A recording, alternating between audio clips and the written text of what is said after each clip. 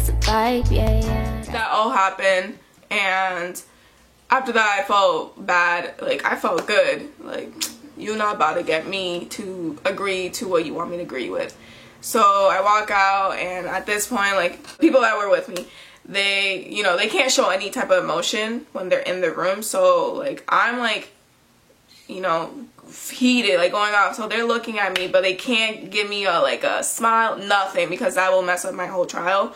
So that's another thing. If you have people in the room, make sure that they actually follow through with these rules, because there's been situations in the past where the person testifying was, like, choking up, and the people in the audience try to, like, help them out, like did a little motion or say, like, you're okay to them. Just by saying that, they ended the whole trial, kicked the person out, like, they dismissed it, like, they just act like it never happened because of that small thing, because it affects the trial somehow. I don't know, this court stuff pisses me off sometimes. Like, who came up with these rules?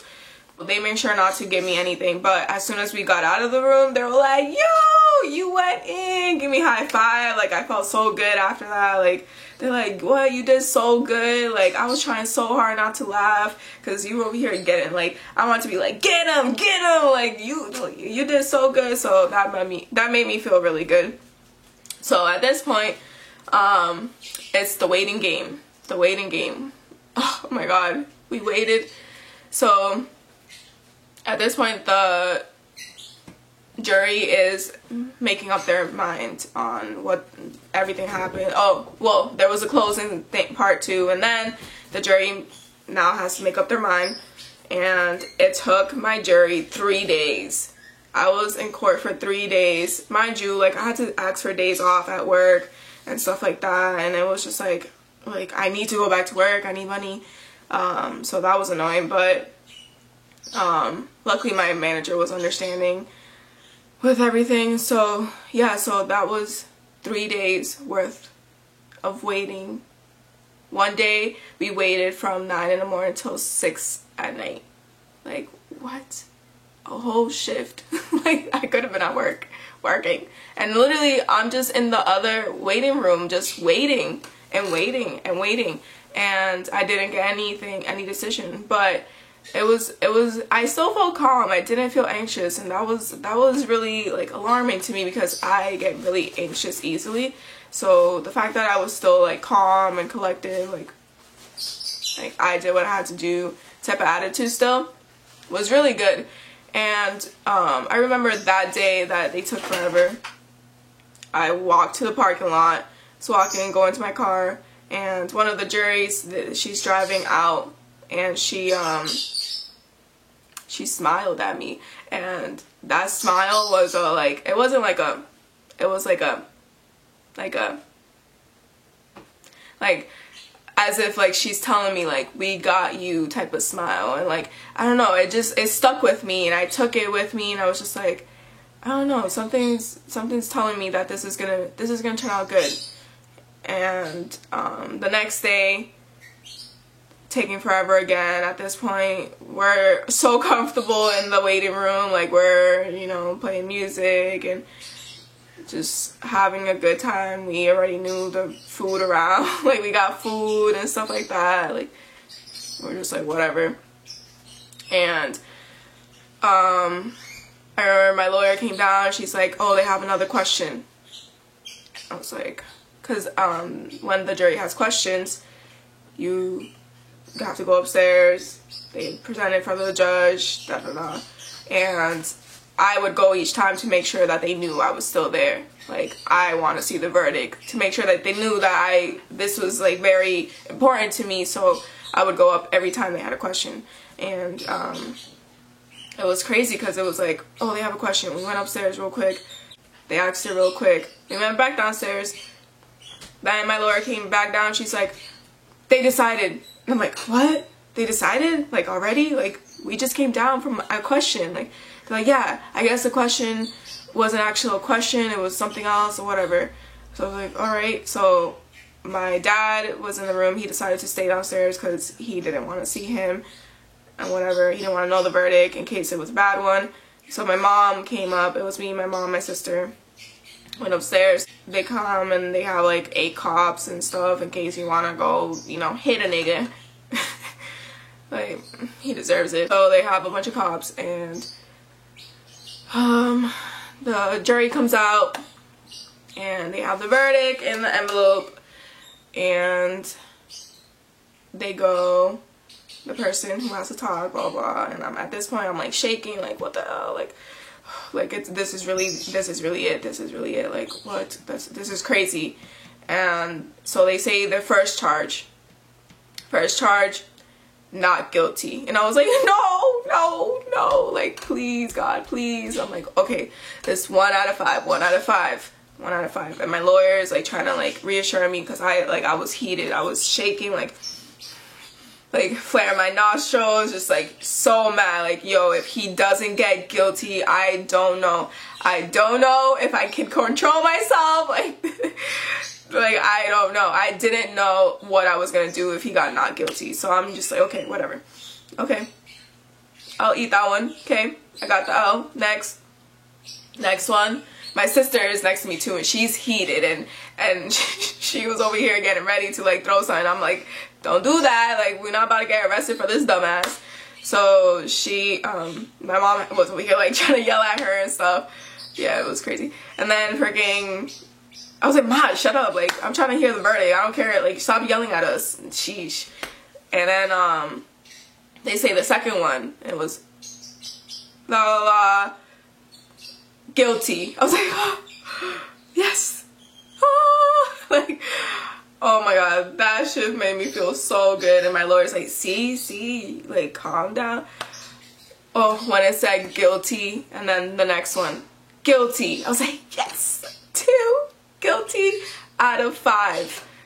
That made me feel so good. I was like, 2 guilty. And then on the other 2, mistrial. I'm like, mistrial, whatever. I'll take the 2 guilty, like I'm good, whatever. I got my guilty. Those are mistrial, whatever. So yeah, after that I felt so good, but it was a long day. Like, it was a really long journey to get to that point. And then I decided not to go through with the other 2 charges. It was just not worth it anymore. Too much stress for no reason. Like, I was content with the guilty. So it came to the decision day of how many years he was gonna get and whatever. And that day I got to say my statement. And when I said my statement, I got very emotional, but it wasn't an emotional of, oh my God, I'm so sad this happened to me. It was more of an emotional, like, I'm getting this out and I'm finally getting my justice. Like, I'm finally, like, feeling at peace. So it was good to, like, get it all out, because in my statement I was able to say how much it affected me. So I wrote from when I was little, from when it first started until now, how it still affected me. So, like, I went in, like, and I can provide that if you guys want me to, you know, drop my statement. If, you know, you're going through a trial and you want to have an idea of what to write, let me know below, comment below, or you can hit me up on social media and let me know if you want me to, you know, put out my statement out there to you guys for some ideas, or just if you just want to read it in general. So yeah, so I said my statement, and I got very emotional, cried and stuff, and my mom and my brother were in the room. My sister wasn't able to get out of school, so she wasn't there, and my dad didn't want to hear my statement because, again, he didn't want to act upon what he heard. My mom also did a statement, and she also got emotional, and I let her go first, and I went second. And when I went, after I went, the judge, like, gave me my props. He was like, wow, that was amazing, like, you're unbelievable, and like, that was so good. He went above the guidelines. So typically for the 2 charges I had that ended up being guilty, it goes roughly 1 to 3 years. But because my statement was so powerful and I decided to go mistrial with my other 2 charges, he was like, yeah, no, I can't go with the guidelines, like I have to go above. So he decided to go 4 to 6 years.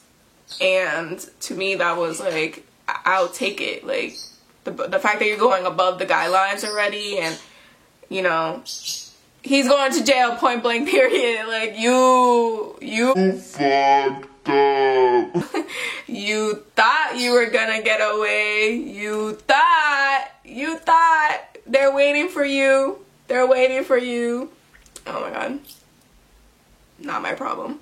That was my journey. It was a roller coaster, but here I am, doing great in life. Yeah, it was good. After the trial, I felt a lot better. I felt like myself again, and I started doing photography, which helped me, you know, with coping, and I just started being myself again. And, you know, I decided to go fully blonde. I mean, that wasn't part of it. I've always wanted to go blonde. I was already in the process of going blonde, so like, I now work at a high school in the disciplinary office as an assistant as well as attendance. I'm just really truly finding myself and making sure I love myself first. I tend to, you know, forget about myself and focus on everybody else's feelings, which is a big reason why I kept it a secret for so long. I was worried about what my family would do or say, and told myself like, oh, like just suck it up type of thing.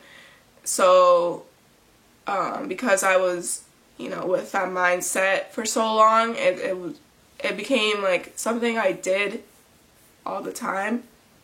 So now I'm just trying to actually, you know, do what Ari Ellis wants to do and actually go with her gut feeling and stuff like that, and just truly finding myself and loving myself no matter what, and like, you know, let's see where life takes me. But right now I'm content with my life. It's going the way I want to. I am happy that I'm working at a high school in a disciplinary office, because a lot of those kids feel like they're not heard or understood, and hopefully, you know, I can make an impact in their life in some sort of way, can mentor them.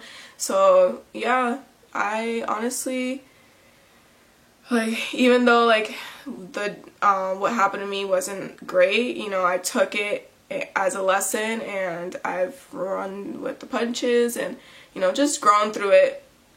So I hope this video helped you in any type of way of hearing my journey, how everything kind of happens and things like that. Let me know if you guys want any other advice with any other thing when it comes to these type of like trials or anything like that, or if you just want to talk to somebody who's gone through it, or you just want to talk, you know, you could always come to me. I'm always open to talking to people. I love talking to people. If you don't know, I love talking to people. So I thought I'd share my journey since my last post was about my tattoo. Make sure to follow and subscribe, and I'll see you guys next time. That's a vibe. That's a vibe. Oh, that's a vibe. Yeah, yeah. That's